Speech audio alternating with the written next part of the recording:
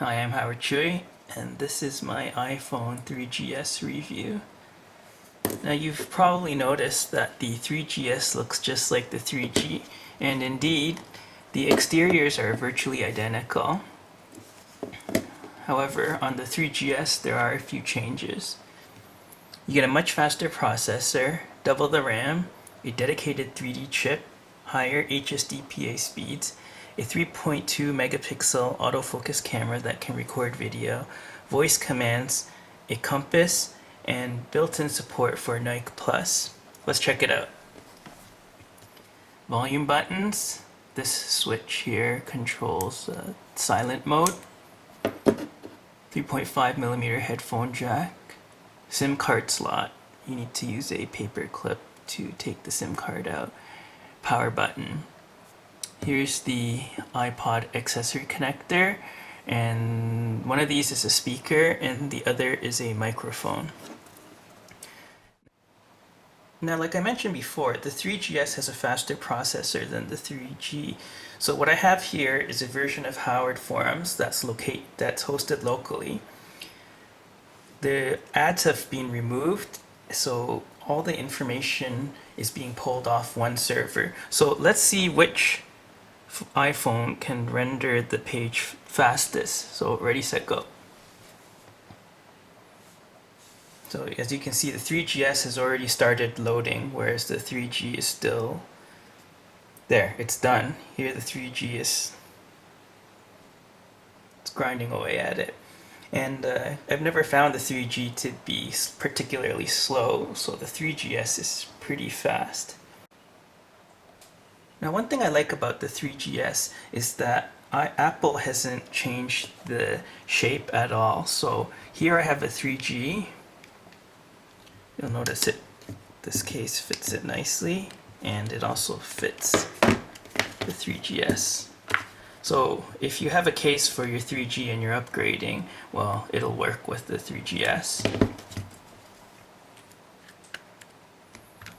Now the 3GS runs OS 3, which brings some improvements over OS 2, the most noticeable being MMS support, copying and pasting, and tethering.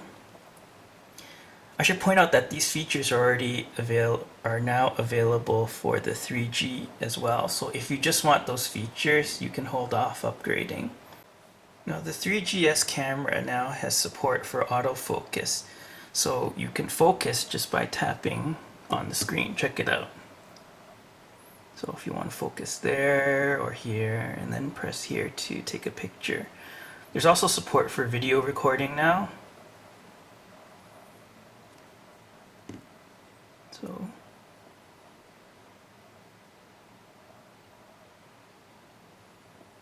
and after you're done, you can trim your clip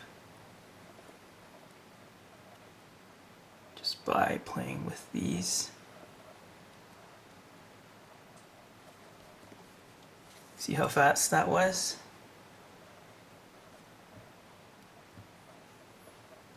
Beyond those changes, it's pretty much status quo for the 3GS. While there's still no multitasking, Apple tackles this problem by making applications remember where you left off. While it's not a replacement for multitasking, it does have some pluses. The most noticeable is that the iPhone is really, really fast. Secondly, when you're browsing, the web browser remembers where you last left off, even if you have multiple browser windows open.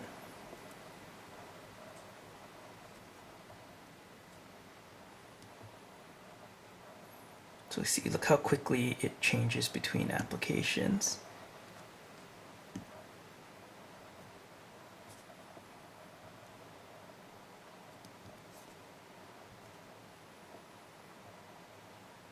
And then go back to the browser.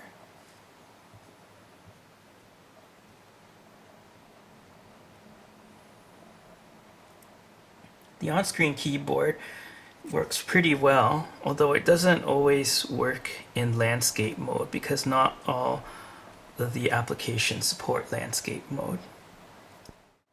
For better or for worse, the iPhone uses iTunes to sync music and your phone book. RF performance and sound quality are both quite good.